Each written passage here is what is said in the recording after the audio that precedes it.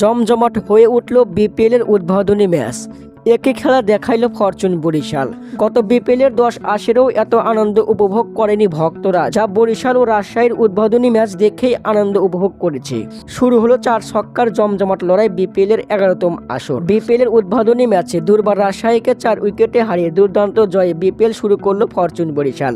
ব্যাটিংয়ে ঝড় তুলেছে ফাহিম আশরাফ ও মাহমুদুল্লাহ রিয়াদ। তাদের ঝড়ো ইনিংসেই উড়ে গেল দুর্বার রাজশাহী। দর্শক, এদিন টস জিতে আগে বোলিং করার সিদ্ধান্ত নেয় ফরচুন বরিশালের ক্যাপ্টেন তামিম ইকবাল। প্রথমে ব্যাট করতে নেমে দুর্দান্তই খেলেছে দুর্বার রাজশাহী। ইয়াসির আলী রাব্বির ঝড়ো ব্যাটিংয়ে নির্ধারিত 20 ওভার শেষে 3 উইকেট হারিয়ে 197 রান সংগ্রহ করে দুর্বার রাজশাহী।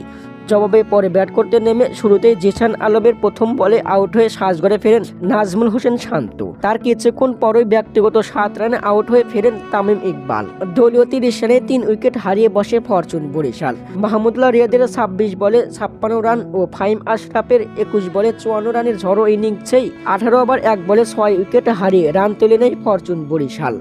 রাজশাহীকে 4 উইকেটে হারিয়ে দুর্দান্ত জয়ে বিপিএল এর মিশন শুরু করলো ফরচুন বরিশাল। এবারও বিপিএল এর শিরোপা জেতার আভাস পাচ্ছে বরিশাল। দর্শক, আপনাদের মতামত কি কমেন্টের মাধ্যমে জানিয়ে দিন। ধন্যবাদ।